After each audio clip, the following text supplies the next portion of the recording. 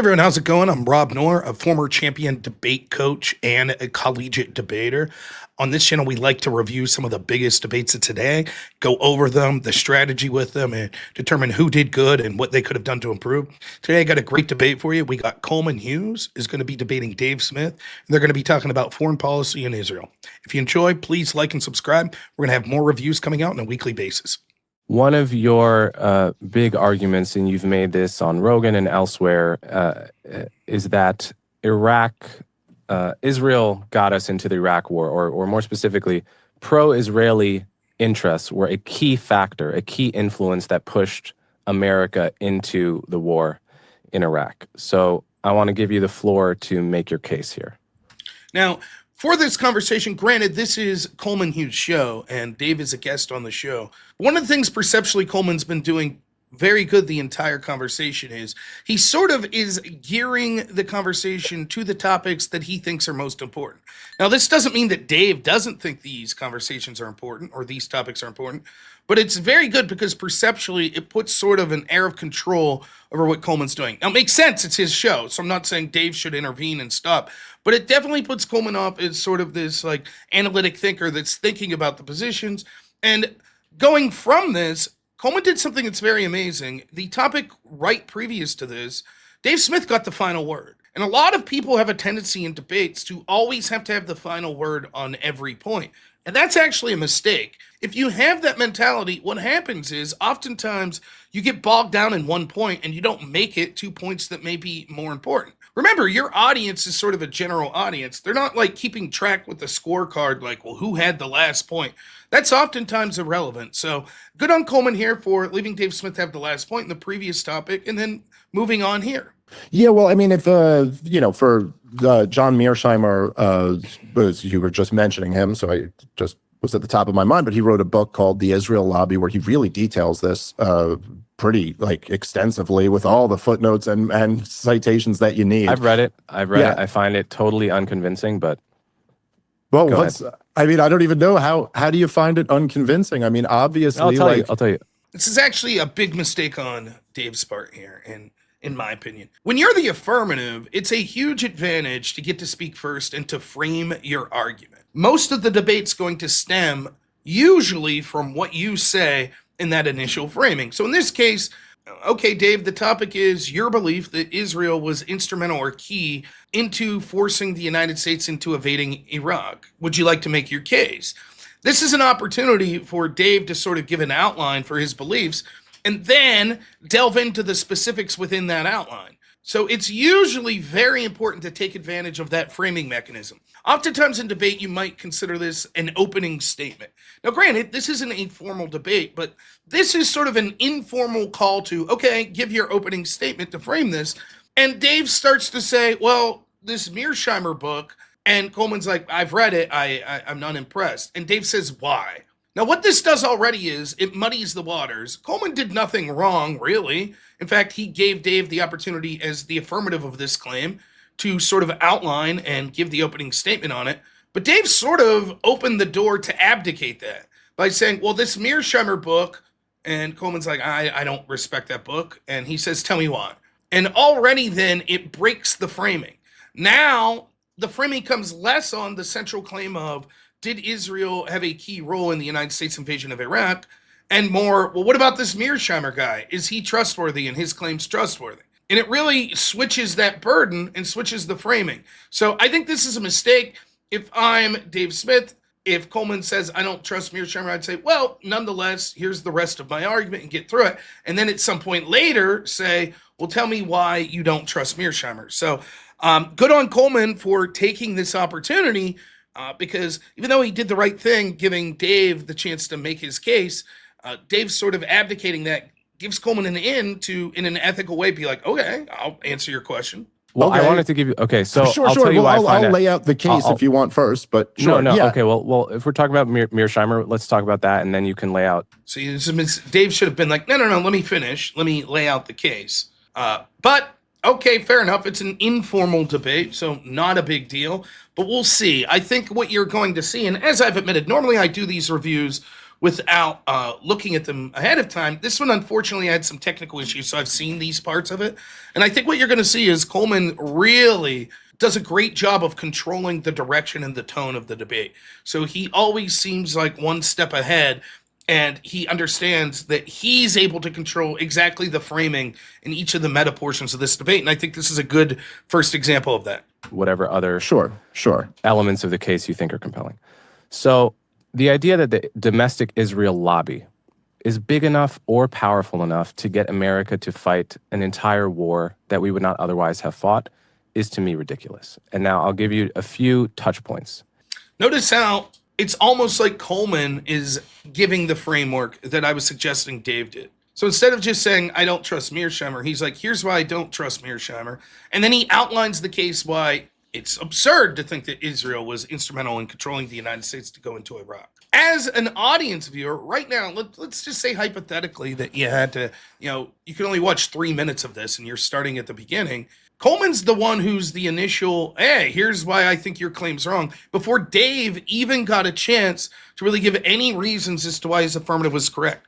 The lesson to take from this is, when you are the affirmative, make sure those opening statements are very important. They set the outline for what your debate's going to be about. For me, I always work backwards. I go, what is the final points that I want to be making? And what must I talk about in the middle of the debate to get there? And therefore, what is my opening statement to outline sort of a roadmap for how I'm going to get there at the end of the day? It's important because it sets a framing mechanism for an audience to easily be able to understand what your argument is and where you're going. And because Dave hasn't had that opportunity, Coleman is actually doing that in the inverse. So he's outlining the initial framing. Speaking first and speaking last in a debate, both of those are hugely important. Normally, the affirmative gets that because it's an advantage, and we give the affirmative that advantage. The negative's advantage is they don't have to affirm anything. They don't have to prove anything or move any offense. Now, it's incumbent upon them that they should do that, but all they have to do is prove that the affirmative case is wrong. They don't have to prove a better case. So that's the negative's advantage. So it's sort of a mistake to allow the negative to speak first like this.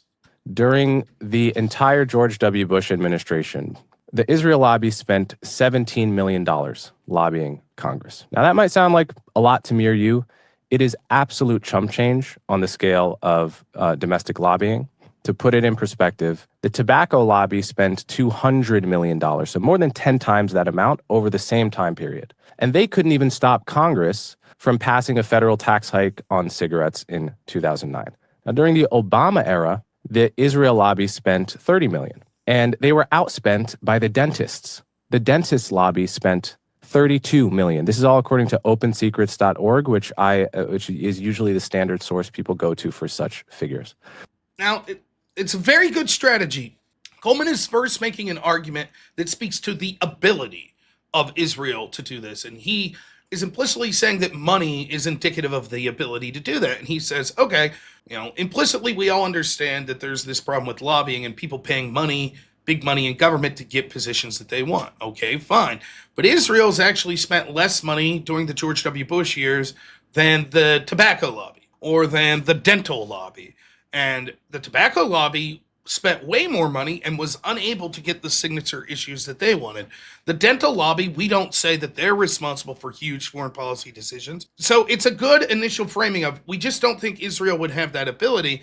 And then he further, after citing the figures, which is nice, he says the source is something that we should both agree on, Open Secrets, which is sort of a universally accepted source when it comes to these questions of how much money is being sent. It's a very effective strategy, and so it'll be upon Dave to argue, okay, but there are other reasons that speak to Israel's power into being able to influence. Because ultimately what this is going to come down to is Coleman's going to have to concede at some point that some of the actions that U.S. foreign policy has taken, in this case, the overthrowing of Saddam, were in agreement with actions that Israel wanted. But does that mean that Israel was key in controlling those decisions? Or is it just correlation? In other words, it's not causation, it's correlation. For example, China could hypothetically want Saddam to be overthrown, but will we say if the United States invaded Iraq and overthrew Saddam that it was China that controlled them? Probably not. So Coleman's starting the initial groundwork of saying Israel wouldn't even have the ability to influence based on how much money they gave. So it'll be interesting to see how Dave responds to this.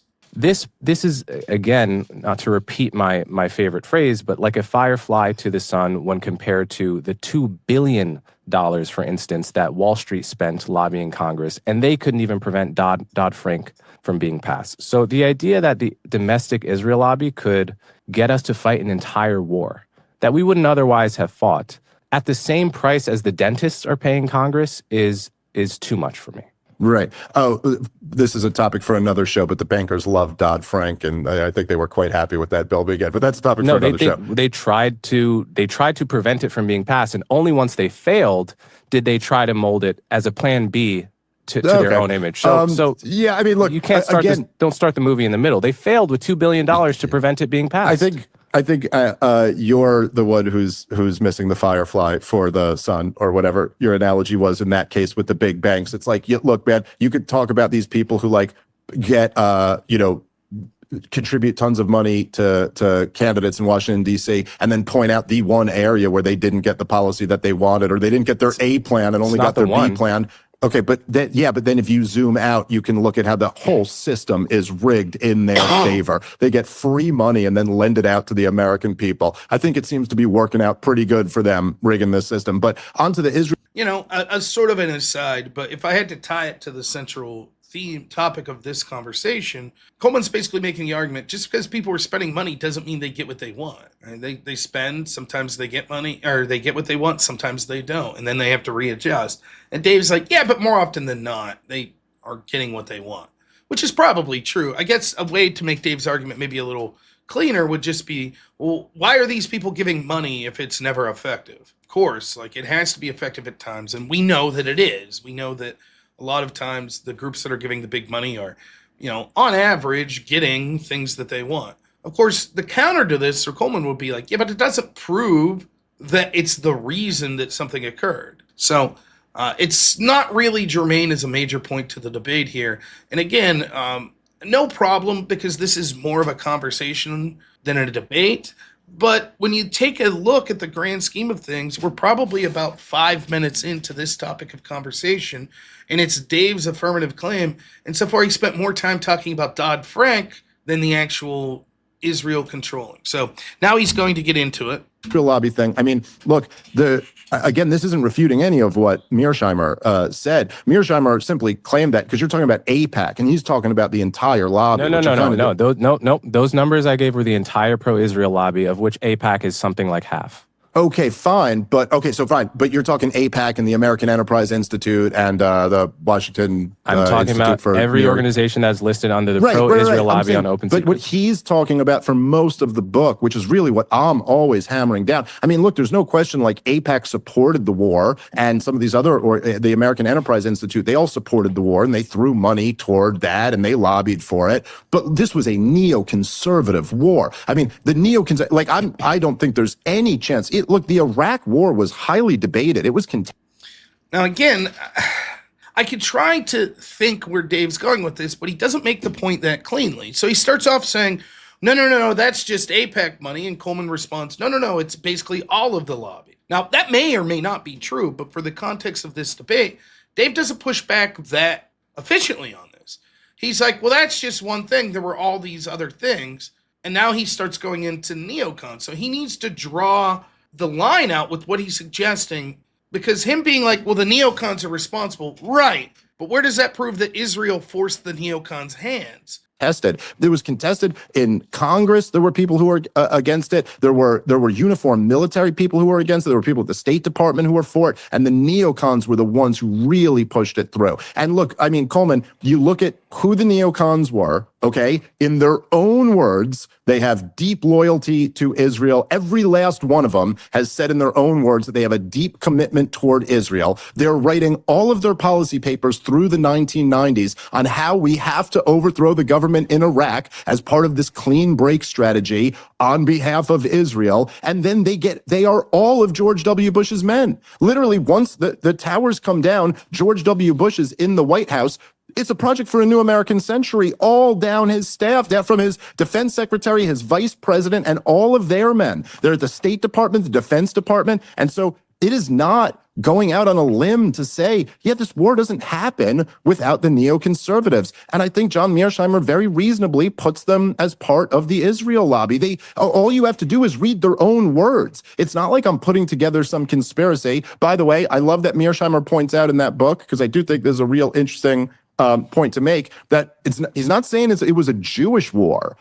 Like, the Jewish people in America actually opposed the war in Iraq much more so than just about any other group. I think the polling data was they were way out ahead against the war in Iraq. I forget the exact numbers. Yes, but yeah, there's no question that, call it whatever you want to. I mean, like, they would basically through the 90s self-identify as the American version of the Likudnik party, but whatever you want to call it, these group of people who have, in their own words, admitted they have like profound loyalty and connection to Israel, pushed for this war, and they had written in their own words that a huge part of it was because this was the strategy for.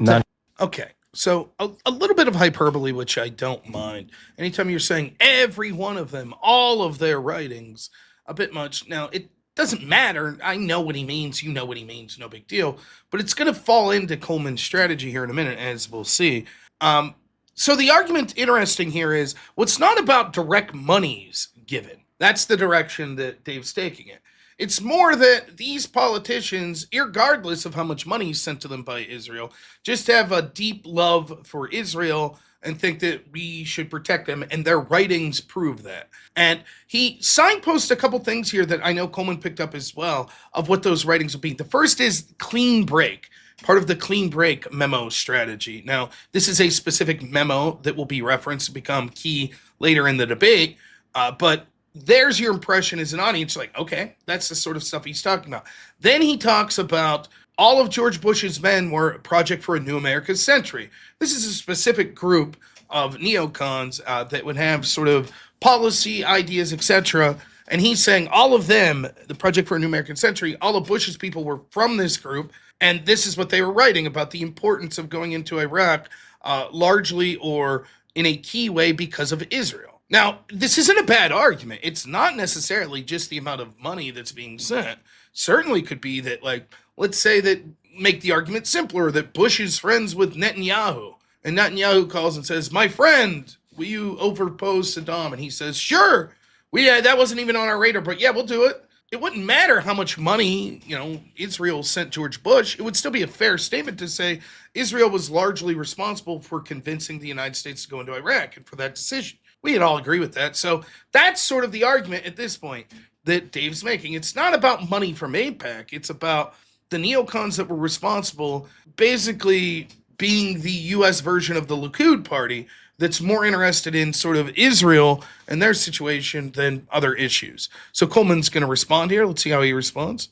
Help Israel. None of this is true, Dave. Okay, so let's look yes, at... it is. It's all true. Let's look at their own words. Project for a New American Century is founded in 1998. If you go to their archive online, you can find the earliest thing written about Iraq by a member. The earliest thing is written by John Bolton in 1997. Here's the... Now, this is actually very brilliant. And for me, watching this debate, what comes across most is just how prepared Coleman is. It's very much like the old cliche when it comes to lawyers. You don't ask a witness a question that you don't already know the answer to. Remember when I said Coleman did a good job of sort of steering to the topics that he wanted to talk about? I feel like Coleman has probably heard Dave make these claims before, and so he has looked into the documents that Dave's talking about. So Dave could say, all of the writings said this, and Coleman's going to say, okay, all the writings, Project for a New American Century, here's their first writing, and here's what it said. Did it say what you're suggesting? Okay, how about their next writing? Did it say what you're suggesting? No. And it really, in this case, normally the hyperbole is not a big deal, but it sort of pushes back to the thrust of what Dave's saying, which is, everything they were writing was about this. In other words, the vast majority of it. Well, if the exact group that you're talking about being responsible, Neocons and Project for a New American Century, which you said was basically all of them, had been writing for years, and Coleman's able to frame it as, no, here was their first writings on the issue, and they're talking about WMDs, not Israel, that really, really is an argument in favor of Coleman's side. And remember, as the affirmative, Dave has to advance the position and win. Coleman just has to prove that that doesn't seem to be the case. First sentence of the earliest thing written on the PNAC archive. You might think the United Nations would want to punish Saddam Hussein for disrupting and nearly killing the UN's own efforts to eliminate Iraq's weapons of mass destruction. Instead, the UN Security Council effectively rewarded him. The next year, when the PNAC is actually founded, as you know, they write a letter to Bill Clinton. Now, this is the first time that PNAC, the Neocons, call for the ouster of Saddam Hussein, right, publicly. No, this is the first time the Project for a New American Century called for him. It's not the first time the Neocons had publicly called for him. Right. But it's not, no, you said the Neocons. It's not the first time the Neocons had called for it publicly. Correct. We'll get to that. Apologies. So the first time PNAC calls for the ouster of Saddam Hussein in 98, they write a letter to Bill Clinton. The entire letter is about the fact that Saddam has WMDs or is pursuing WMD, and we can't let it happen. And this is how the letter ends. We urge you to act decisively. If you act now to end the threat of weapons of mass destruction against the U.S. or its allies, you will be acting in the most fundamental national security interests of the country. If we accept it, la, la, la, la. Okay. So Israel is mentioned once in that letter, and it's grouped in with all of our other allies in the region. It's like they say, also, this will be good for Israel and Jordan and our other allies in the region. So PNAC, this idea that the Project for a New American Century, that you and I both agree is a good bellwether for the neocons, was not using the WMD argument. It was their main argument. It was almost their only argument long before Iraq. Now let's get to this clean break. Now, it's a good framing. Coleman's always doing a good job of framing as he gives so he's talking about something specific. He's going to a specific piece of evidence, and then he's explaining to his opponent and to the audience what that means in the framing of the overarching. So here he says, look, the original writings for Project for a New American Century, it is quite clear that they are heavily focused. Basically, their only argument is WMDs, not that we have to do this for Israel. And by the way, Dave, we both agree PNAC is the organization we should be looking to for a bellwether for neocons. That's very effective, right? Because one of the arguments he's anticipating is Dave saying, well, that's just one aspect, Project for a New American Century. There's all this other stuff. But Coleman could say, but we already both mutually agreed that this was in fact, you brought it up, Dave. You brought up PNAC first. So again, it's very subtle, but it's good. It's influential to an audience.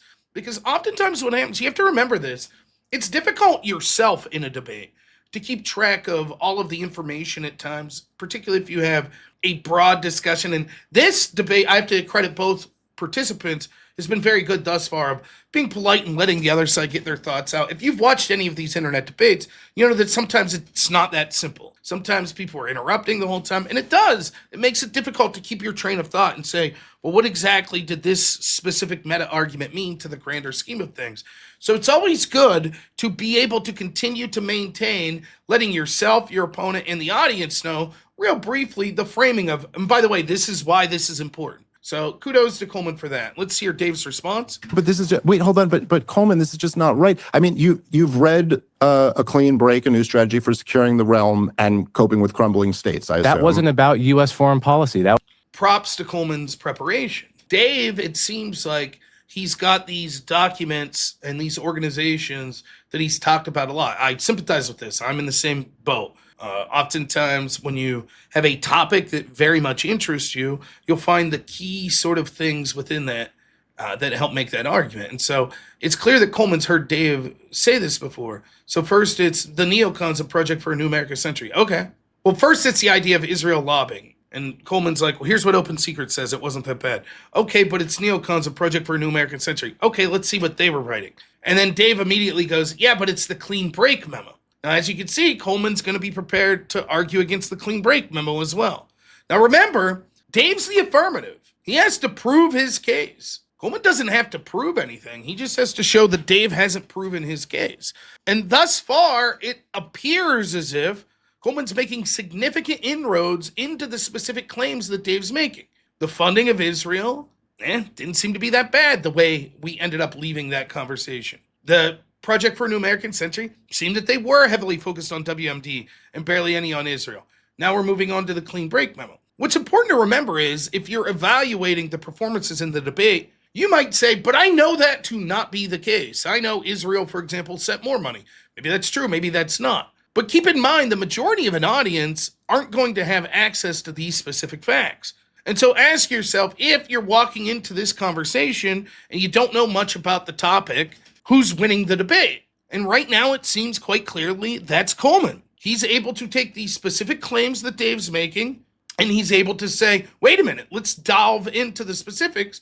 And then instead of Dave really pushing back, he's like, yeah, but there's this other thing, which gives Coleman a chance to go, okay, let's talk about that other thing. Was a recommendation for Israeli foreign policy. Yes, okay, but you're saying they talk openly about wanting to overthrow Saddam Hussein for the clean break strategy. Like, so, okay, like, yes, in the letter to Bill Clinton, they didn't say that, but they had written openly about this. No, it's the entire strategy that they laid out. And we also have a 4-star general who's on record saying that he saw these plans, that they were going to go overthrow all of these governments. What Dave's doing is he's outlining a bunch of specific things.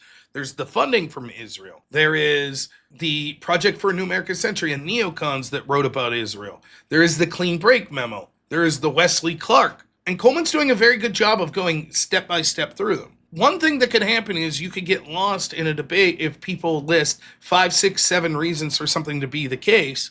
And it just seems overwhelming. Well, if those 4 things are true, then we have to accept this conclusion. And Coleman is calmly like, let's go through them one by one. Let's talk about the funding. Let's talk about Project for a New American Century. Let's talk about the Clean Break Memo. Let's talk about Wesley Clark. So he's going to go through those one by one. And that's how you deal with something like that. That's not to say that it's not an effective strategy for Dave to say, look, there's a lot of things that point to this conclusion. It's just you have to be willing to go deep and dive into each one of those claims to see if that's the case. Let's deal with one at a time. The Clean Break Memo.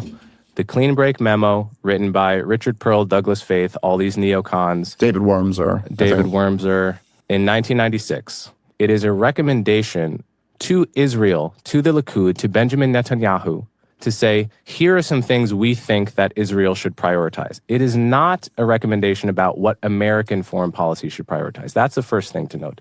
The second thing to note is that okay, so he's going to give multiple reasons. Again, Coleman doing a better job of framing the arguments. Ask yourself right now, why did Dave bring up the Clean Break Memo? And again, that could help intuit the effectiveness of Dave's strategy. Now, let me be clear, I like Dave Smith, and it is easy to Monday morning quarterback like I'm doing right now and say, here would have been a better way to phrase this. So I'm not saying that it's egregious or anything on Dave's behavior or on his situation that he has going on here. That's not what I'm suggesting. I'm just saying you may forget, wait a minute, why did he bring this up based on the performance thus far? And that's not good when you're the affirmative. That's not good if you're making arguments and the audience is struggling to find, well, what exactly is the relevance? So the Clean Break Memo, remember, is him saying, here was this memo that sort of orchestrated what Israel wanted and how the United States was going to follow that at the behest of Israel, or largely because of Israel. So Coleman's first argument is, this had nothing to do with the United States. It was a memo written by some dudes saying what Israel should do. That's completely different than the United States is taking some action because Israel wants them to. That's a completely different thing. So that's his first point. This wasn't a memo written to the United States that said you should do these pro-Israel things. This is a memo written to Israel saying these are things that would be good for you. When that paper advocates overthrowing Saddam, the point of overthrowing Saddam was to replace him with a Hashemite monarch that would be friendly to Israel, like Jordan is friendly to Israel. That's the whole point. The point of deposing Saddam was not to replace it with a democracy. That is nowhere in the Clean Break Memo. So question for you, if the Clean Break Memo was some kind of blueprint, why didn't we even make an attempt to replace Saddam with a Hashemite monarchy? It's an excellent point. Dave's theory is this memo was the blueprint for what the United States is going to do to help Israel. And Coleman's like, okay, it says overthrow Saddam, but the reason is to install this monarchy that would be pro-Israel. But we never even attempted that. There wasn't any attempt at installing any monarchy. Instead, it was immediately to democracy. So could it be that just this memo had one goal that was shared with the United States, but that this wasn't the blueprint? If it was the blueprint, wouldn't intuit that we would have tried all the things there in it? Let's see Dave's response. Oh yeah, I mean that's a good point. I think the whole thing fell apart, right? I mean, like but we never even contemplated it. We never even floated the idea. So how could it be therefore true that the Clean Break Memo is some kind of blueprint? Well, Chalabi was like Judith Miller's big source on the whole thing, right? I think that a lot of the neocons seem to really believe that that was going to be what happened, and that's not what happened after they invaded the country. But Coleman, I mean, like, you're sitting here saying like, okay, so these people are like, they're writing to Benjamin Netanyahu saying, here's the strategy for a clean break to get away from the peace process so you don't have to give up a Palestinian state and you can keep the status quo going. And so what we think you ought to do for that is overthrow this guy Saddam Hussein. And then you have them advocating for overthrowing Saddam Hussein for years more after that. Then they actually get into power and they do the thing. And we're supposed to pretend like that there's no connection there. I'm not like connecting wild dots. I'm saying like they said this is what their interest was. This is why they wanted it done, and then they did the thing. Okay, so Dave makes the claim. Again, he could have done a better job here, but he does make the claim. This is how I would have phrased it. I think this is what Dave's saying. But Coleman, the very people that wrote that memo would end up running the George Bush administration. And so if they're saying to Israel, here's what you should do that would be good for you, and then when they're running the Bush administration, they do exactly that, wouldn't that suggest that their motivations had something to do with Israel? Coleman's probably going to respond, but if that was the case, why didn't they follow everything within the clean break memo? And Dave sort of gave his answer, which was, well, things fell apart. To which Coleman's response is, but we didn't even attempt. And I don't know, Dave hasn't given a sufficient answer to that point yet. But let's listen. No, that's not true. I mean, it's not true because Richard Pearl was not saying what America should do. He was saying what he thought Israel should do. What we ended up doing was not what was in the clean break memo. Your whole argument is that what we ended up doing was what was in this memo. It's not true. We deposed Saddam, and nowhere in the clean break memo does it say make Iraq a democracy. No Israeli Likud member would think you can make Iraq a democracy. They thought that notion was ridiculous. So what we ended up doing had nothing to do with what Richard Pearl recommended, and everything to do with what George Bush thought would make sense. And you could be totally critical of that idea. It's a mix of all of that. But you cannot argue that what we did the clean break memo. That's just factually incorrect. No, and then everything else PNAC is saying, their entire argument is WMD, Coleman, WMD. You don't find Israel there. Coleman. Again, Coleman does a great job of framing. Again, it's an impressive, like he's doing an impressive job of letting the audience know. Look, like we go back to the Project New American Freedom. It's WMD, WMD, WMD. We go to the clean break memo. We did not do the things within the clean break memo. It doesn't matter what Richard Pearl wanted. It matters what George W. Bush wanted. And you may be against George W. Bush, but it's clear his focus was WMDs, not Israel. Remember, the burden is on Dave as the affirmative to prove his case that it was largely because of Israel that we invaded Iraq. Now, why is that going to matter to today? Because that's an area where people really focus on that sort of helps justify the argument today that our foreign policy is controlled by Israel. So if they say it about Iraq, and you could say, look, that's not the case with Iraq, then it breaks significant inroads to say that's the way it's always been and that's the way it continues to be. So again, we'll see if Dave can respond to this point. This is like if I point to General Wesley Clark saying we're going to overthrow 7 governments in the next 5 years and that decision's being made. And then you say, yeah, dude, but we didn't overthrow. It took us like 15, 20 years to do that. Like, yes, of course. Obviously, George W. Bush and Dick Cheney and Donald Rumsfeld and, Condoleezza Rice or Colin Powell at the time. Obviously, all these guys had influence on this too. And so I'm not claiming that the piece of paper came to life and everything that was on it magically happened after that. It's still a pretty important paper to look at. And this was written by people who were in positions of substantial power when the time came due. And so, yes, you're right. The spreading democracy to Iraq, which it seemed to, at least in George W. Bush's estimation, be an essential selling point to the war. You're right. That wasn't in the paper, and that got added later. But I think it's still pretty relevant. Now, again, already sort of forget about the exact like debate format and stuff. Already a lot of the impression that Dave gave through his argument that Israel was like the key factor. Already it seems that there's some walking back because now it's like, sure. There was a bunch of things. This clean break memo is one of a bunch. But that doesn't mean the clean break memo didn't have any impact. Yeah, but that's different than it was the key impact. So already I think perceptually you see a bit of walking back by Dave here. the idea that, well, okay, they didn't do what was really in, he immediately moves on to the next, well, the Wesley Clark thing. And so I just have to say that although there is nothing wrong with the strategy of saying, the reason I've came to my position is the following 5 pieces of evidence. Israel's money that they've given out, and the Project for a New American Century writings, and the Clean Break memo, and the Wesley Clark comments. That's fine. There's nothing wrong with that. But as you're discussing each one of them, it seems like Dave, well, okay, let's talk about AIPAC lobbying. And his response is like, maybe that's not all of it. And anyways, the Clean Break memo, or the Project for a New American Century writings. And Coleman's like, well, let's talk about those. And Dave's like, well, yeah, but the Clean Break memo. Okay, let's talk about that. Well, my answer to that is, what about Wesley Clark? And so it's fine to have a bunch of examples, but you shouldn't point to another one of your examples as proving the example you're on. It's not the best way to go about that, because the impression comes, it's like, it's circular. Well, A must be true because B, and B must be true because C, and C must be true because of A. And it's like, yeah, but if I'm saying A's not true, you can't be like, but it must be because of B, which is true because of C, which is true because of A, because I'm saying A's not true. Again, I think Coleman's doing a very good job here. Kind of half the enchilada. Let's talk about this. No, it's not. I don't. Okay. Let's talk about this Wesley Clark memo that he never saw. Okay. So 4-star General Wesley Clark. He never saw it? Yeah, he says so in the season.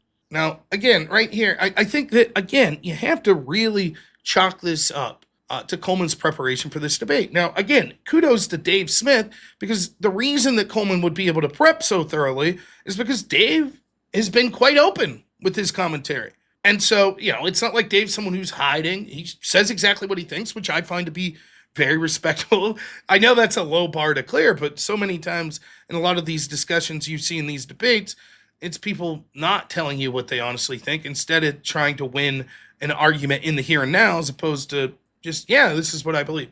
But Coleman's done an excellent job, and so now he's prepared to be like, okay, now let's go this memo, Wesley Clark, which he never saw. And Dave gives the impression that, he never saw it. Without saying it, what Dave was really implying there was, what are you talking about? Of course he saw it. And Coleman's going to explain here and get a quick concession from Dave, which again, perceptually hurts Dave's case and helps make Coleman's case. If you're looking at it through a just pure logic driven, well, wait a minute, it doesn't really matter if Dave implied Wesley Clark had seen the memo, but he hadn't. That's really small potatoes in the grand scheme of things as far as the logic of it goes. But remember, debate's not just about, X's and O's and who wins that sort of equation. It's also about how you present yourself and the perceptions that people are getting. And if you say something and then it has to be backtracked over enough times, that might add up to people being like, perceptually, I think I trust the other guy more. Spent interview. You don't remember this? He's talking about it. He says that this guy. He says I'm talking to the Joint Chiefs of Staff. Yeah. He says he handed him the paper and he was like, all right. Don't look at that. He says, do not show this to me. I don't want to be on the hook for seeing classified info. Yeah, I think it was. You're talking about the interview with Amy Goodman on Democracy Now, right? Yes. So, and I do think that both Coleman and Dave, I have to tip my cap to both of them. They clearly have a knowledge far more than me on specific things, the exact names of authors that wrote the Clean Break memo, the exact interviews where some of these things were being talked about, and who the interviewer was. So kudos to them both for having that knowledge. The memo that Wesley Clark never saw.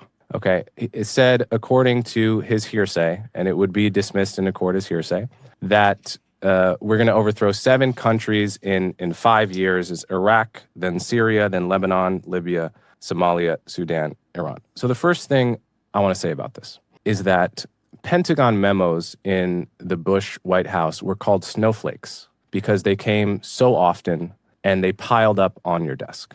And let me read to you from the Washington Post at the time. Rumsfeld, whose sometimes abrasive approach often alienated other cabinet members, produced 20 to 60 snowflakes, these memos, snowflakes a day, 20 to 60 a day. Regularly poured out his thoughts in writing as the basis for developing policy, and Rumsfeld's aide, Keith Urban, which is a funny name, estimated that he wrote 20,000 memos during his time in the George W. Bush White House. And then we have from National Security Counterterrorism Advisor Richard Clark, who was in the room. He was close with Condoleezza Rice, National Security. He says, from time to time, Condoleezza Rice would show Clark notes sent by the defense secretary, these snowflake memos, all telling her to stay off his turf. The first time she got one of them, she thought, what do I do with this? Says Clark, who adds she was advised to ignore them. Every once in a while, one of these ranting Rumsfeld notes to Condi would come. You can almost hear the eye roll. Like, this dude Rumsfeld is drowning us in his little thoughts and his stupid memos. He sent 20 yesterday. I get 20 emails from someone. I'm like, dude, what the fuck? Send me one important one. So then this guy, 4-star General Wesley Clark, comes along, doesn't see the memo, hears about one memo, isn't privy to it because he's not allowed to see it, also isn't privy to the other 20 memos that day, isn't privy to the memos next week that might cancel out the strategy that was laid out. Do you have any evidence that this memo was actually important as opposed to one snowflake in a shifting strategy of 60,000? Again, this is very good defensive evidence that's being brought forth by Coleman here, which is you're saying this memo is key, just like the clean break memo is key. But all right, if this was 1 in 20,000 memos that was written by Donald Rumsfeld, that everybody just rolled their eyes constantly, here we go, another memo. And Dave Clark didn't even see the memo. He just heard from someone, hey, I heard Rumsfeld had this one memo that said X today. Where's your proof that this memo was key in whatever decisions would be made in the future? Could it be that some of the decisions were made in the future and no one even remembered this memo and no one took it seriously? And there's just certain things. If I write 20,000 memos with 20,000 different political or foreign policy strategies, there's probably a good chance at some point some of what I said in one of those memos would come true. Does that mean that that memo was key? No, it doesn't, especially seeing as how there were so many of them. Condoleezza Rice and company were like, we never even paid attention because there were so many. And Wesley Clark never even saw the memo. He just hears a guy talking about it. So let's see how Dave responds. Well, I think, okay, so first of all, Wesley Clark has actually clarified a bunch of this more recently, but he did talk about how he had actually seen the plans originally a decade earlier in 1991. That was some separate Israeli study, he said, right? Yeah, well, it was a little bit clunky the way he said it. He said it came from Paul Wolfowitz's desk and that he had brought it to Brent Scowcroft, I think, who had said, let's look at that after. He said it was resurrected in an Israeli study later, and it wasn't exactly clear what he was referring to there. But again, we got a 4-star general, right? And he was not saying, like, because this was kind of weird when I remember Douglas Murray kind of taking a similar line with this when I had my conversation with him. But he wasn't saying like, oh, there's a memo or there's just like something like what Wesley Clark is saying. And you're right, it is him saying what he heard from someone else. But he was saying, and a 4-star general felt comfortable enough to like say this on national television, that he went to the Defense Department and was told that the decision had been made, that we were not only going to Iraq. The way he tells the story is he came in and he found out they had decided they were going to invade Iraq. Then he comes back a couple months later, this is late 2001, and the guy goes, dude, it's so much worse than just Iraq. We're going to topple 7 countries in the next 5 years. Now, he said he goes to show him this, and Wesley Clark's like, I shouldn't really be looking at that document there, and this might be a crime for you to be showing this. But, okay, so what we have is a 4-star general saying he knew of these plans a decade later. The same group of people is now back in power after being kicked out, for the Clinton years. They're now back in power. He's saying the decision's been made that we're going to war with. Dave's saying, if I could steal man Dave's argument here, is Wesley Clark was a general and he put so much stock in this that he's openly talking about it. And that he's being told, look, the decision has been made by this guy at DOD. Now, we don't know who that guy is. So let's say that Coleman's correct, that all of these memos come and people in Condoleezza Rice's office are like, rolling their eyes like none of this matters, right? Dave supersedes that and says that could be true. He's not arguing that. And this is something that I think you can see throughout this entire debate. The importance of generalities versus specificity. An argument could be true in the general, but not true in the specific. I'll give you an example. I remember working with this car dealership one time. I think they were Chevy. It's been many years, but this was during or around the times of the 2008 financial crisis. And if it was Chevy, again, forgive me if I'm wrong about the specific manufacturer, but they were closing a bunch of dealerships. And so the dealership in my local town was getting closed down. They were no longer going to be able to sell Chevys. And they were pushing back. There was an appeals process. The manufacturer had a lot of evidence about the decline in purchasing of Chevys, and it seemed to be true. The problem was, in the specific of this specific dealership, they were doing phenomenally. So two things could be true simultaneously. In general, around the country, Chevys were selling less. But in this specific dealership, they're doing tremendous. So why would you close this specific dealership? In other words, the more specific evidence overrides the more general evidence. So in this meta conversation right here, Dave Smith's making the argument, well, it may be true that there were all these memos and that, Wesley Clark didn't get to read the memo and people in Condoleezza Rice would just roll their eyes.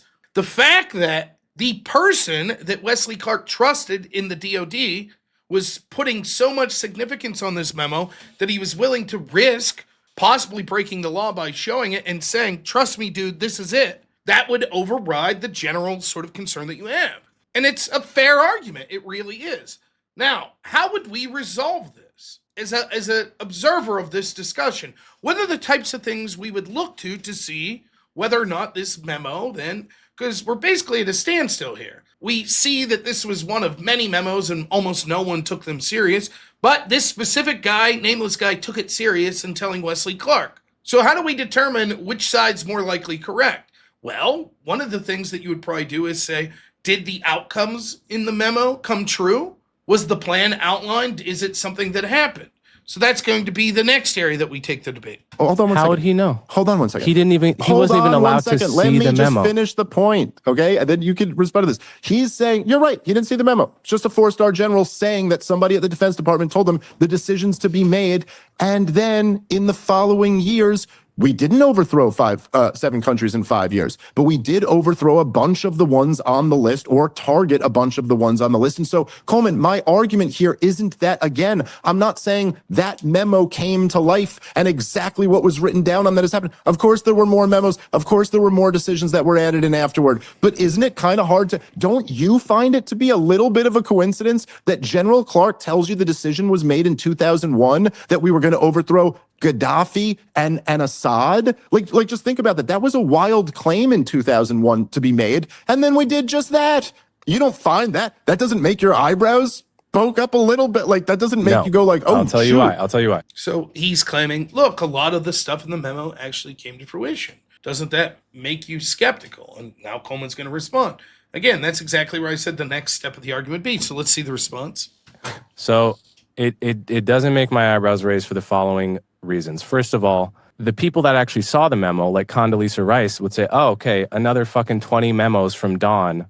Put that in the special filing cabinet for my memos from Dawn, which is the trash bin. There's no evidence that this was some grand strategy, right? And the only evidence you have is the general who never saw the memo. So then you actually look at, is there any set of facts that would persuade you that this wasn't a plan? Because we didn't, 3 of the countries out of 7, almost half the countries have not done regime change, let alone within 5 years, let alone in the specific order prescribed by the memo. And so, and not to mention, we did do regime change in countries not on the memo at all, like Liberia. So there's actually no variable from the memo that actually matches our foreign policy. And so my question to you is like, is there any possible set of facts of U.S. foreign policy from the last 4 years that would persuade you that this memo was not important? Again, it's... Now, again, another impressive framing job here. The argument he makes is, yeah, there's been some of the things that memo outlined that occurred, but then there's been other things that were never even attempted. And also, there were things not mentioned in the memo that did occur revolving regime change. And so the point that he's trying to make, and maybe if there's one bit of, clearing it up a little that he could do, is just be like, listen, how do we know that this isn't correlation and not causation? If I wrote 20,000 memos and said, plan 1, overthrow these countries in this order. Plan 2, overthrow these countries. Plan 3, overthrow these. Plan 4, create trade deals with these. Inevitably, some of that stuff's going to come true. Even if it would turn out later that it's like, oh, that memo was never actually seen. You could still point to be like, oh, Rumsfeld could come out tomorrow and go, you know what? The exact situation that occurred, I actually wrote about that in memo 1723. The exact situation. Look at that. There it is. Wow, so that memo was responsible? Nah, I forgot to send that one to anyone. And yet if you just saw that memo, you'd go, oh my gosh. So that's the point he's trying to make. It's like, well, wait a minute. How do we know these things just didn't happen to occur and this memo wasn't the planning for or the reason for those things occurring? And then he further goes on with the framing and says, given that, what could we possibly provide you as evidence to show that this wasn't the case? And let's hear Dave's response. Again, another good framing tool. It's not the memo that you keep saying. It's that Wesley Clark says the decision's been made that How we're would going he to know? How would he know? He didn't even read the memo. He's saying that his source at the Defense Department, and again, So keep is in it mind, your argument that no one at the DOD would ever exaggerate or lie? Because No, if that's that's what not- you're saying, No, then it's who not. are you and what have you Listen. done with Dave Smith? Okay, well, certainly, Coleman, that's a blatant straw man and not at all what I'm saying. So no, I'm not saying nobody would ever exaggerate. Sure. But I mean, that's the weakness of Dave's argument that Coleman gets you here is if you listen to this, it sounds like what Dave's suggesting is all of this hinges on the claims of one anonymous man. Granted, it's an anonymous man that Dave Clark, or Wesley Clark, I'm sorry, took serious, but that's it at the end of the day. If that guy was pulling a prank, if that guy was mistaken, if that guy's just a bullshitter that exaggerates stories, then all of this falls apart. And so that's difficult to overcome. The way you would overcome it's to be like, but look, what he said ended up being the case and ended up being true. And Coleman's like, I mean, no, it didn't. Some of the things did, but many of the things didn't. And other things that were within the purview of that memo and what would have been happened that were never mentioned in the memo. But I'm sure lots of people are exaggerating. The point is that the supreme leader of the NATO allies, okay, he's saying that his guy at the Defense Department said the decision's been made. My guess is that he's talking to people at the Defense Department who are in the know on this. And the point is, look, obviously, Coleman, the plan didn't go exactly according to plan. There's just no question about that. All of this is, this is late 2001 here. This is still over a year, almost a year and a half until we invade Iraq. They all believed the hype. They all thought it was going to be a cakewalk. And in fact, that's another interesting thing that John Mearsheimer covers a bit there, right? Is that essentially this was Sharon's initial beef with invading Iraq, was he was like, whoa. Like he's like, hey, I want Saddam Hussein overthrown, but we got to overthrow the mullahs in Iran first. He did not say he wanted Saddam Hussein. Where does he, what's your source on that? That Sharon said he wants. It's the envoy of Sharon. He warned Bush not to invade Iraq. Prime Minister Ariel Sharon warned Bush not to invade Iraq in February 2002, which is confirmed by the Israeli ambassador at the time, confirmed by Ehud Barak's former senior advisor, confirmed by Lawrence Wilkerson, the then chief. Again, this is something, again, when you look at the framing of this, of Coleman that's being able to talk like he's constantly, and a big part of why we're here is because Dave didn't do a good job initially of outlining the framework for his argument. Because I sort of know, because I know just a little about this topic, but you have to remember, many of the people that are watching something like this are going to be far less informed than the two people debating. That's, in general, how things go. And so one question that I have that I don't believe I've received an answer to is, what does the Wesley Clark memo have to do with Israel? Now, I can intuit it was written by Donald Rumsfeld, and Rumsfeld deeply cares about Israel. Is, I guess, my intuition of why we're discussing this memo in the framework of Israel controlling or being a key part in forcing the United States to invade Iraq. But I'm doing that guesswork because Dave's never outlined it. The only thing Dave said really was, well, the clean break memo, I mean, come on, it must be true because of like Wesley Clark and what he heard. But that doesn't do that work for me. It's forcing me to like sort of make leaps of logic that are probably true and probably what Dave's saying, but I'm not 100% certain.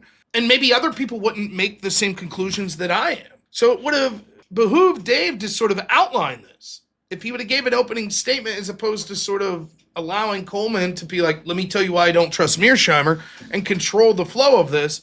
Now Dave's sort of on a back foot on this. So given that if that's the key, that it's like, remember all of this, the clean break memo, the Project for a New American Free Century writings, the amount of money Israel gave, and now the Wesley Clark thing, all of it hinges on the idea that Israel at the time of the Iraq War wanted the United States to go. Coleman says that's not true. Ariel Sharon and all of these key people around him were begging the United States at the time, don't go to war with Iraq. So even if everything you said over here, Dave, about those four things are true, The ultimate conclusion is Israel had influence, which forced the United States to do the decision that Israel wanted, which was attack Iraq. However, the leader of Israel at the time was saying, don't attack Iraq. So let's see what Dave says to that. Chief of Staff to Colin Powell.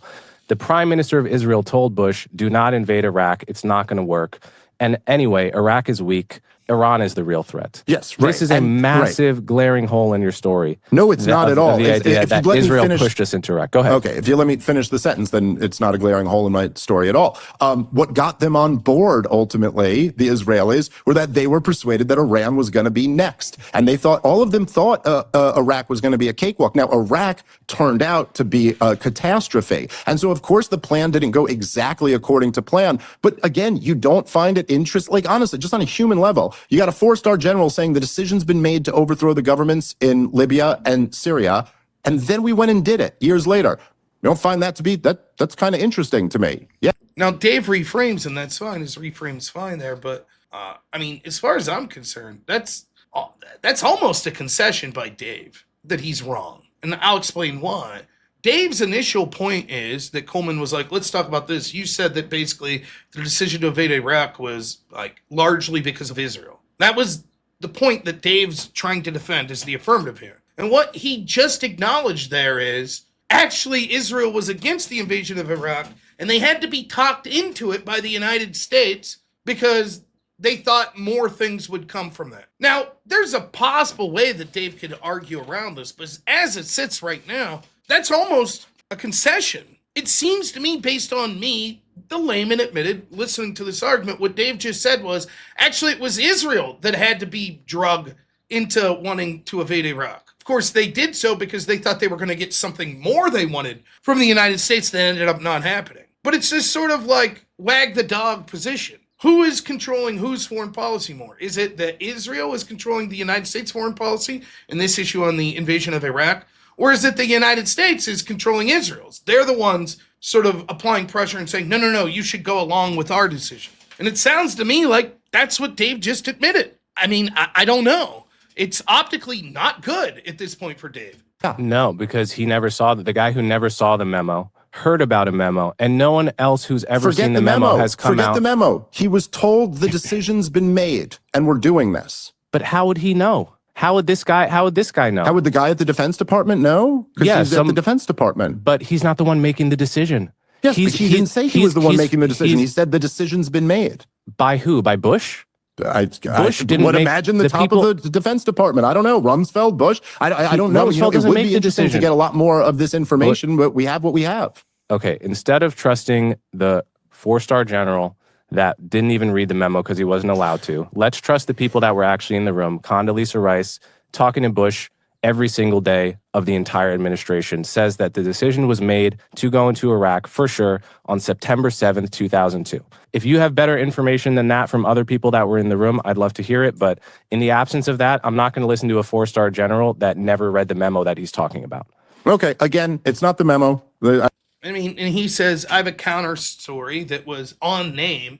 We have a person on name saying this is exactly when the decision was made, not before that. And it's not relying on some anonymous person. Again, persuasive. What I would have liked Coleman to do there is really capitalize on what I think is the most important of the debate thus far, which was what I just mentioned previously, that Dave seemed to concede. So a bit of a strategic blunder of Coleman not saying, whoa, before we move on back to that point, didn't you just say that it was actually the United States that convinced Israel of the importance of invading Iraq, that Israel was against it? Doesn't that completely dismantle your entire thesis here? So I think Coleman could have done a better job of really highlighting that, because Dave sort of implies a sleight of hand where he goes back to talking about Wesley Clark and the memo, etc. Whereas I think that Coleman really could have nailed home the point there. But still, he does a decent job of then going back to that point saying, but there were other people in the room. I don't know how many times to say this. We're kind of going in circles here. Oh, okay, yeah.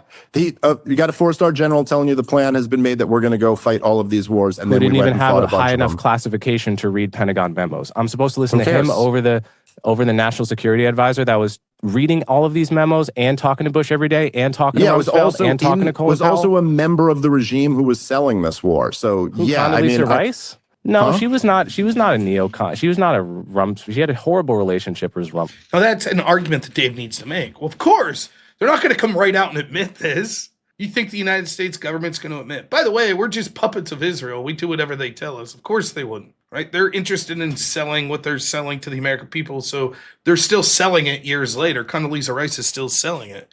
And Coleman pushes back. She's not really a neocon. Let's hear his explanation why. With Rumsfeld. No, I said she was a member of the regime who was selling the war, and that's exactly what she was. But why would that? Why would that make her less of an authority on what the plans were? It's not a matter of making her less of an authority. It makes her less trustworthy, and he's not more of an authority or more trustworthy. The fact is that much of what he said came true, and that's what makes it interesting.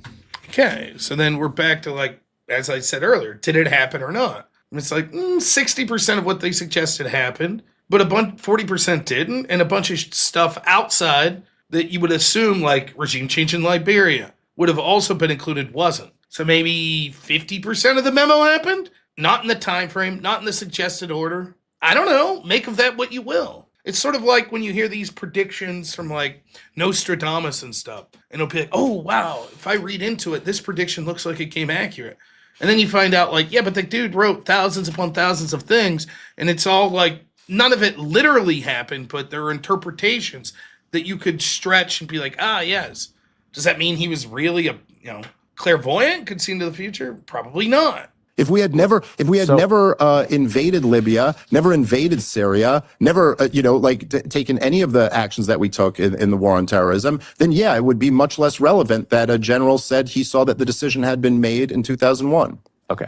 Well, everyone else in the room does not say the decision had been made. And he was not in these rooms making these decisions with the Secretary of Defense and the National Security Advisor and George Bush. So it's just a complete coincidence that we went and overthrew those regimes that he heard that we were going to. We have contingency plans for all kinds of Again, things. that's not what this is what Douglas Murray tried to do too. It's not a contingency plan. When you're the That's not what his Pentagon claim is. when you're the Pentagon writing 60 memos a day, I guarantee you will troll those memos and find information and plans for every possible contingency in the world. The burden is still on you. This is not what we're talking about out one at. Again, another good framing by Coleman there. The burden is on Dave, and he makes the point.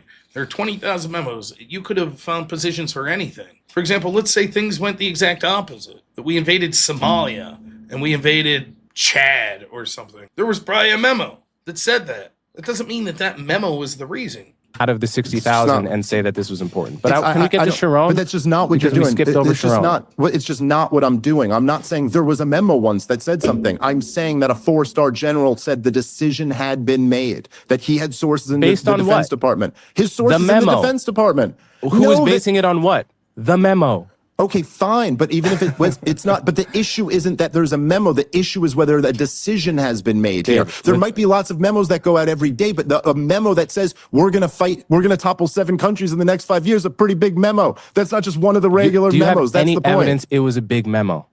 Your only evidence is the guy who never read it. You realize how ridiculous this is. You couldn't, if you were a historian writing a book, you'd have to cut this out of the book because you're relying on the hearsay of someone that never even read the document, much less you or I have never read the document. And we know that they were writing 60 documents a day that Condoleezza Rice was putting in the trash. It's a ridiculously low bar of evidence you'd have to consider this memo and everything implied by it important.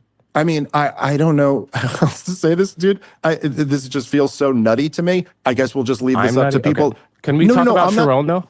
1 second. I'm just saying, I guess we'll leave it up to the audience to decide. I think having the head of the NATO allied forces and a 4-star general saying he was informed that the decision has been made to fight all of these wars, and then we went on and fought a whole bunch of them, I think that's a pretty relevant detail. And I'm not a historian writing a book. I'm a guy talking about these issues to the American people. So again, fair enough. They're leaving it up to the audience. For me, I have my biases, don't get me wrong, but I'm far more persuaded by Coleman's argument. And remember, the burden of proof is on Dave. So for me, it doesn't sound that great for Dave.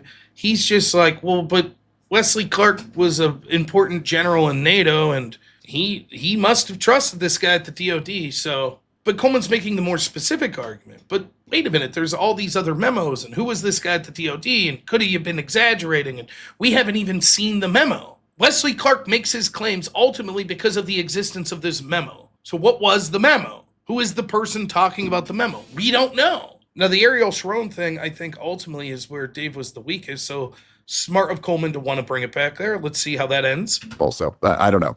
You Okay, can decide whether you find that to be a pretty interesting story or not. Okay, let's go on to Sharon, because this is the core of the issue. You said earlier, I mentioned, and you agree that Sharon warned Bush in February 22 not to go into Iraq, and that Iran was the big threat. But then you said the Israelis got on board when they were guaranteed that Iran would be after Iraq. Yes. Is that right? So then Well, how does that Mearsheimer really is hold my on. source on this. Okay. How does but I'm not following your logic, because how does that all add up to the Israelis pushed us into Iraq? Because there's still that he warned us. That sounds more. Yeah, and Coleman picks up exactly. That sounds like evidence to the opposite of your conclusion. That sounds like the United States pushing Israel into the war, not Israel pushing the United States. Absolutely. And this is the best argument in the debate thus far. And a big blunder by Dave. And it's going to be tough to work yourself out of this and hear your explanation. Because to me, it really seems like that's really a pretty big defeater to the entire thesis. That sounds more like we pulled them into Iraq. That's your argument.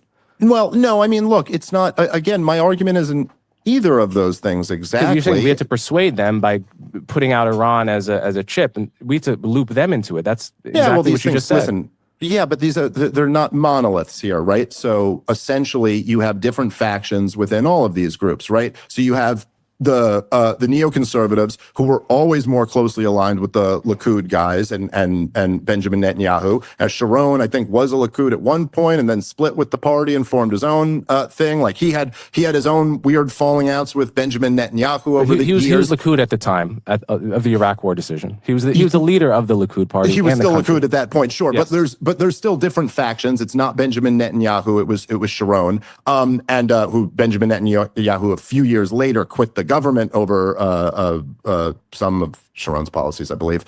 I think it was sorry, I'm just getting confused in my own head here. I think it was the withdrawal in 2005 is when Netanyahu quit the government. But so you had the neoconservatives and Benjamin Netanyahu, who that wing, they were pushing for Iraq first. The Sharon's envoy, at least according to at least the first envoy that he sent over, right? He goes, whoa, no, we should go after Iran first. And that was like their issue. And they were essentially, that group won, and they persuaded the other group that they would do Iran next, which also lines up with, General Wesley Clark's statement about how Iran would be the final regime that was overthrown. Okay, so your argument also didn't come true, by the way. So let me just nail down what you're arguing. You're arguing that there's a split in the Likud party between the pro-Iraq and the anti-Iraq invasion. And within the Likud party, the pro-Iraq invasion element persuaded the anti-Iraq invasion Sharon element. That's your argument? No, I mean, the argument is really that the neoconservatives drove the war and that they agreed with Benjamin Netanyahu, who also, as you know, came over that year and testified that we should go overthrow Saddam That was after the Hussein. decision had already been made. That was on September 12th. According to Condoleezza Rice, they had a big meeting on September 7th, and they agreed on the war in Iraq. The fact that Netanyahu testified to Congress 5 days later, after the decision has been made. I mean, if you're saying Joe is the reason I moved to New York, but I didn't talk to Joe until after I made the decision, No. then this is totally irrelevant. What matters is what was happening during the time that the U.S. security establishment was debating Iraq, which was winter of 22 to summer of 22. And during this time, we have multiple sources, including Lawrence Wilkerson, who is no fan of the neocons. He's acerbic about the neocons and acerbic about the Israel lobby, which he says is too powerful. This is Colin Powell's chief of staff. He hates the Israel lobby. Nevertheless, he said let me quote you from him, actually. So this is great. Two things. First off, right, like I think Coleman's pointing out in a polite way, like a bit of a mush-mouthed response that doesn't really make sense. Your initial argument is Israel basically forced the United States' hand into getting involved in the invasion of Iraq. And now it's, well, Israel was divided. Israel's leadership was saying not to go, but there was a faction within inside Israel that wanted to go.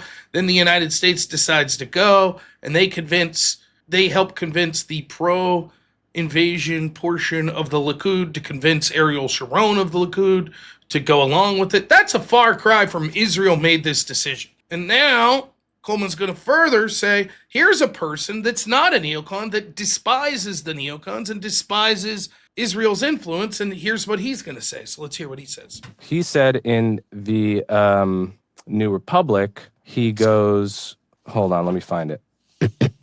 He confirms the basic picture. Okay, so he says, Lawrence Wilkerson, who hates the Israel lobby, says, the Israelis were telling us Iraq is not the enemy. Iran is the enemy. The Israelis tried their best to persuade us that we were focused on the wrong enemy. But once they understood that we were going to war, come hell or high water, they weren't going to get on the wrong side of the President of the United States. That's Lawrence Wilkerson, who hates the Israel lobby, chief of staff to the Secretary of State during these years in the New Republic. So everyone that is in the room says that basically what the Israelis did, and Sharon is the leader of the party and leader of the country, tells Bush, this Iraq idea is stupid, it's not going to work, democracy doesn't work in the Middle East anyway. Iran is the threat, you should be focused on them. Bush tells them to F off, we're going into Iraq. And then Sharon says, okay, well, we didn't convince them. We might as well support our biggest allies because we never want to be on the wrong side of America. That's actually what happened. And then once a decision is made, after that point, Netanyahu testifies to Congress saying, oh, we love the war in Iraq, testifies as a citizen, not as a leader of the party. And everyone in the room corroborates this story. Okay. I just say I highly recommend people read Mearsheimer's book, The Israel Lobby. The guy, this world-renowned scholar, wrote a book about the most controversial topic in the world. And so he just went out of his way to back up everything he says in the book. But the whole point is that, yes, initially there were people in Sharon's camp who didn't want to they all wanted to overthrow Saddam Hussein. Let's get real. They were worried about doing it first. Congress did. We signed the Iraq Liberation Act in 98. Right. So it was bipartisan policy to push for regime change. So that kind of helps my point. So let me just finish the point I'm making. Right, exactly. So that totally backs up what I was just saying. Not that Israel was behind it. Okay. All right. Sorry, continue your point. I'm sorry. All right, man. Okay. Yeah, you're right. Israel was totally against the war in Iraq. The whole year, AIPAC and the neocons and the Israel government were not pushing for the war in Iraq. Anyway, I'd highly recommend people go read the book. It's all backed up in there. There's tons of evidence on it. AIPAC was bragging, by the way, about how their influence over the thing. They bought the Iraq war for dentist money? Yeah. No, I didn't say that, actually. It's just a lot of straw manning, man. How about just if I don't say it, don't just make that my argument for me. Anyway. But that's exactly what Dave just did. We'll end it there. Dave ultimately just sort of straw man was like, oh, well, as if they didn't eventually support it. But Dave's initial argument was they were instrumental in forcing the United States into the Iraq war. Now at the end, he's like, oh, as if they weren't on board. You're right. Everyone, yeah, Dave, that's what's been argued, at least in this debate. And, I think optically another loss there at the end by Dave, just an appeal to you. I don't know what to say. Just go read the book. And that's not effective debate strategy. Ultimately, at the end of the day, on this meta topic, which would, again, this conversation's from about 8 months ago. So we're filming this on June 8th, 2026. And this occurred about 8 months previous. So towards the end of 2025, I believe in October 2025, this was pre-United States attack on Iran here under the second Trump administration. It's very interesting to see how this conversation fit in that time and place. And for me, I think it is a good effort by both participants. I do. It's refreshing to see a debate where there's not a bunch of screaming back and forth. But to me, Coleman easily wins this debate. I think that the lessons to take from this is the importance of having pre-planned a strategy and knowing the specific claims that your opponent's going to make, and then researching those claims to see if that's true or not. And I think Coleman did a tremendous job of that, and also did a tremendous job of framing and not losing sight of the initial thesis, that it was Israel that forced the United States into Iraq and not the other way. Because of that, he was able to continually frame throughout all of the meta parts of this conversation back to that topic. Dave, it seems at points, loses track of the topic. And I think it's indicative right out of the bat that he doesn't take his opportunity to outline his framework. As such, it's easier for him to sort of get more lost in what was going on. So ultimately, I think in this meta conversation, Coleman did a tremendous job and comes away the victor on this particular topic. All right, that'll be it for this debate. Again, remember, like and subscribe. We'll be doing more debates that are important in today's society. We're going to try to put those up almost weekly. So thanks so much, everyone, and have a good one.